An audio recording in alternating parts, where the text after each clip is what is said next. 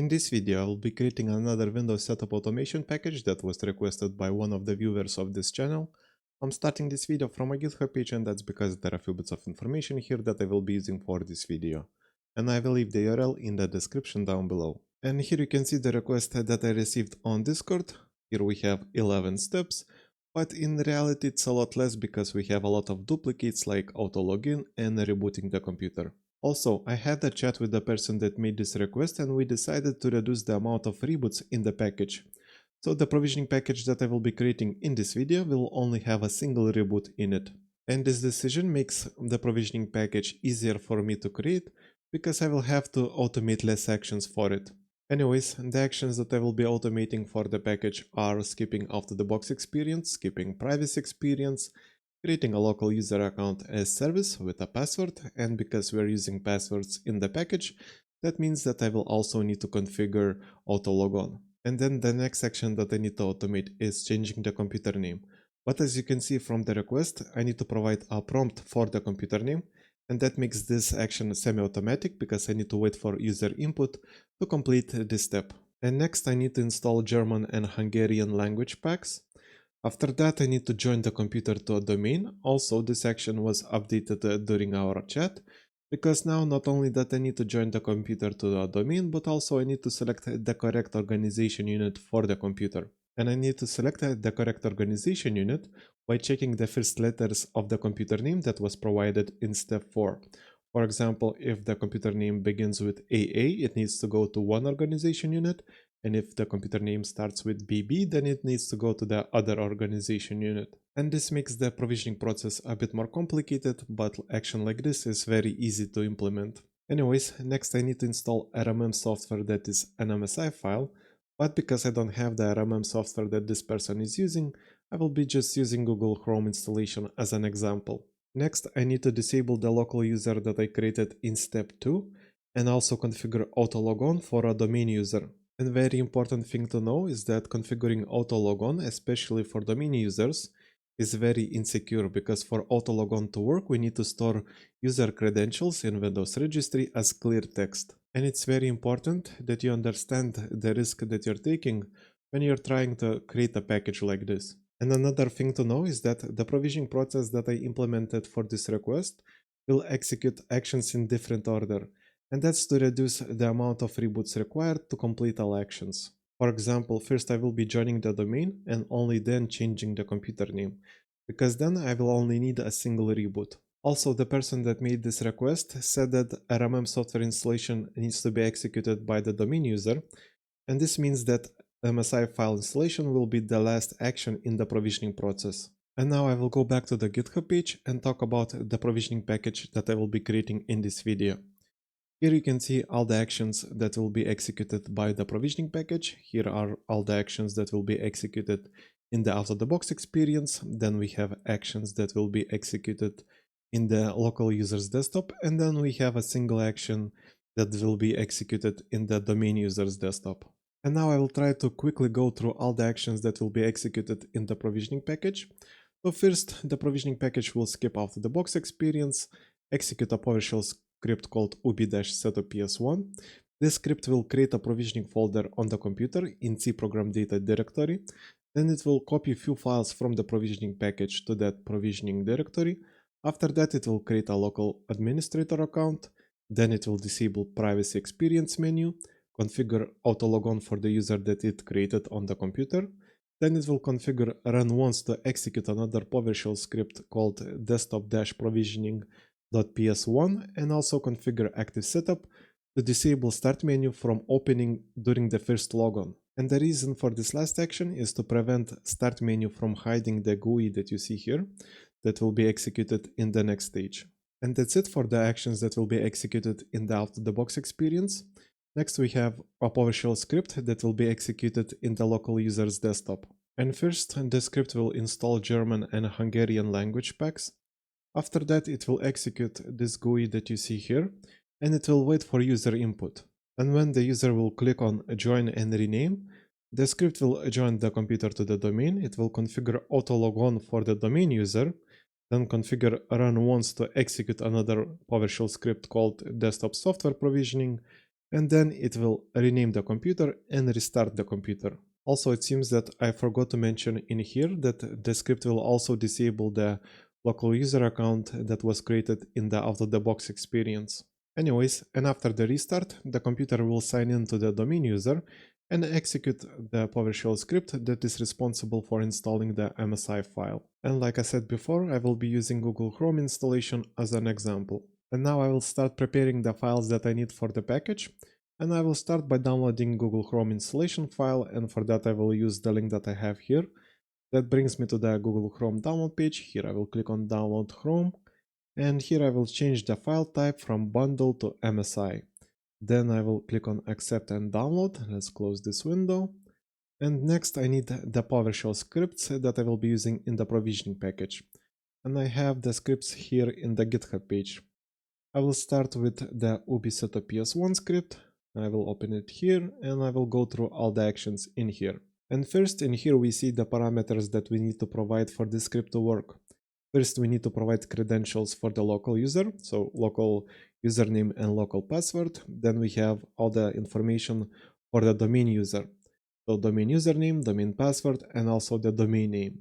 And the local user information is required for creating the local user and also configuring autologon for it. And then the domain user information is required for configuring autologon, joining the computer to the domain, and also for renaming the computer. And then we have actions that will be executed by this PowerShell script in the out-of-the-box experience. So first it will create a provisioning folder on the computer in C program data directory. After that it will copy a few files from the provisioning package to that provisioning directory that it created on the computer. Then it will create a local administrator's account. After that we have a bunch of registry settings, and here first the script will disable the privacy experience. Then we have the configuration for autologon, so it will enable autologon, it will configure the default username and also the default password. So here we need to provide the local user's username and also the local user's password. And then we have the configuration for run once. And this is to execute another PowerShell script called desktop-provisioning ps1. And this script will be executed in the local user's desktop. And for this script to work, we need to provide domain username, domain password, and also the domain name. Next, we have configuration for active setup, and this will import a registry setting for each user on the computer once during the first sign-in. And this will prevent start menu from opening on the first sign-in. And then we have a PowerShell snippet that is responsible for applying the registry settings that we see here. Anyways, now to download this script, I will click on the button right here and I will go back to the main page. The next script that I will be downloading is the desktop provisioning one. So let's open that. And once again, we see the parameters that we need to provide for this script to work.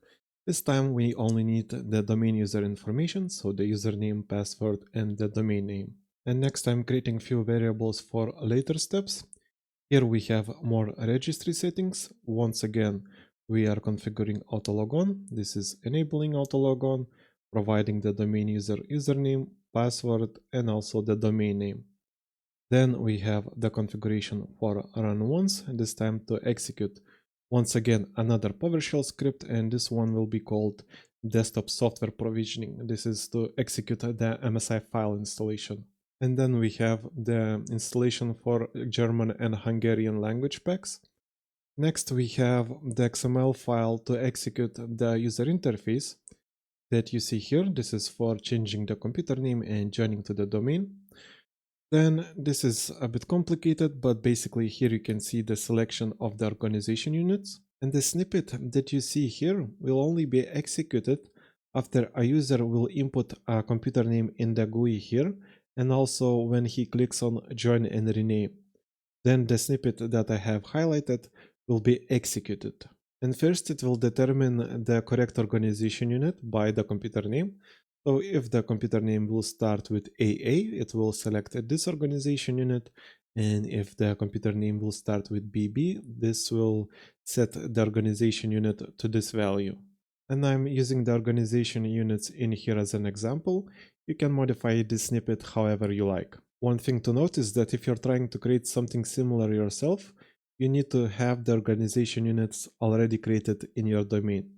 So for example, if I go to my server here, then tools and Active Directory users in computers, here you can see the organization units that I will be using for this video. So I have AA computers and BB computers. So if the computer name will start with AA, it will appear here, and if it starts with BB, it will appear in here. Anyways, let's go back to the snippet. And after selecting the correct organization unit, the script will join the computer to the domain. And after joining the computer to the domain, this snippet right here will apply the registry settings that we have here. Then it will disable the local user account and also rename the computer and restart. And that's it for this script. And now to download it, I will click on the button right here, go back to the GitHub page, and let's download the last script, and that's desktop software provisioning. And as you can see, this is a small script that is only responsible for the MSI file installation. Now to download it, let's click on the button right here. Let's go back to the GitHub page, and let's also check our downloads folder. And as you can see in here, I have 3 PowerShell scripts and also MSI installation file for installing Google Chrome. And that means that I'm ready to create my provisioning package. And to do that, I will go to Windows Configuration Designer. I will click File, New Project. I will name the project Package. Then I will click Next. Next. Here I will select all Windows Desktop editions. Click Next and Finish. First, I will be disabling the out-of-the-box experience. So let's go to the runtime settings. Then OOBE, and here for hide OOBE, I will select True. Next, I need to package the files that I have in my downloads folder inside of this provisioning package. And for that, I will go to Provisioning Commands, Device Context. First, I will click on Command Files, then I will click Browse, go to my downloads folder. I will select all the 4 files that I have in here, and I will click Open. Then let's click Add. And as you can see, the files appeared here in the package. Now let's click on command line, because now we need to configure the execution for this OOBE setup PS1 script. And to do that, I will go back to my GitHub page, because here I have the command line that I will be using. As you can see here, I'm executing PowerShell, configuring execution policy to bypass, then providing the script that I want to execute. In this case, it's OOBE-setup PS1. Then we provide all the information for that script to work. So first I'm providing the information for the local user account. So I'm providing the username, password, then I'm providing the information for the domain user. Once again, the username and then password, and also the domain name. Anyways, now I will click on the button right here to copy this line, go back to the provisioning package and insert the command in here. And that's it. The last action is to export the provisioning package. So I will click on Export Provisioning Package. Here I will click Next. Because we're using passwords and also usernames in the package, it would be a good idea to encrypt this package. But to make this video more simple, I will skip this step. Then let's click Next, Next, and Build. And now I will click on the output location. And in here we only care about the file that is called package.ppkg. I will right click on it, select copy, then I will go to my USB drive that I have in here, and I will place the file inside of the USB drive. And that's it. Now we can execute this package on a computer and see how it works. And for that I will go to my VMware workstation. Here I have a virtual machine that is inside of the out-of-the-box experience. And to execute the provisioning package, the only thing that I need to do is to plug the USB drive to this virtual machine, and this will start the provisioning process. Now to do that, I will go to VM, Removable Devices, select the USB drive that I want to connect, and click on Connect. And now we need to wait and see what's going to happen.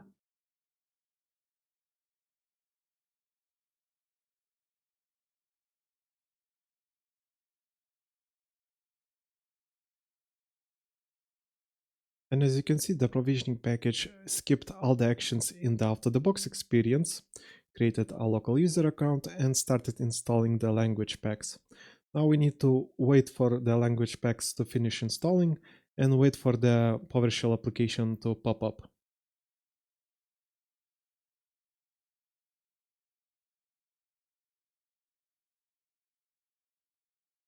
And as you can see, after installing the language packs, the script is asking us to enter a computer name. So here I will enter BB, and after that whatever I entered does not matter, so I will just enter test, and then I will click on join and rename. And as you can see, the computer is automatically restarted. If I go to my server here, and because the computer name started with BB, the computer should appear in here. As you can see, we have a computer object in here with the correct name. Now let's go back to the computer and let's wait for it to restart.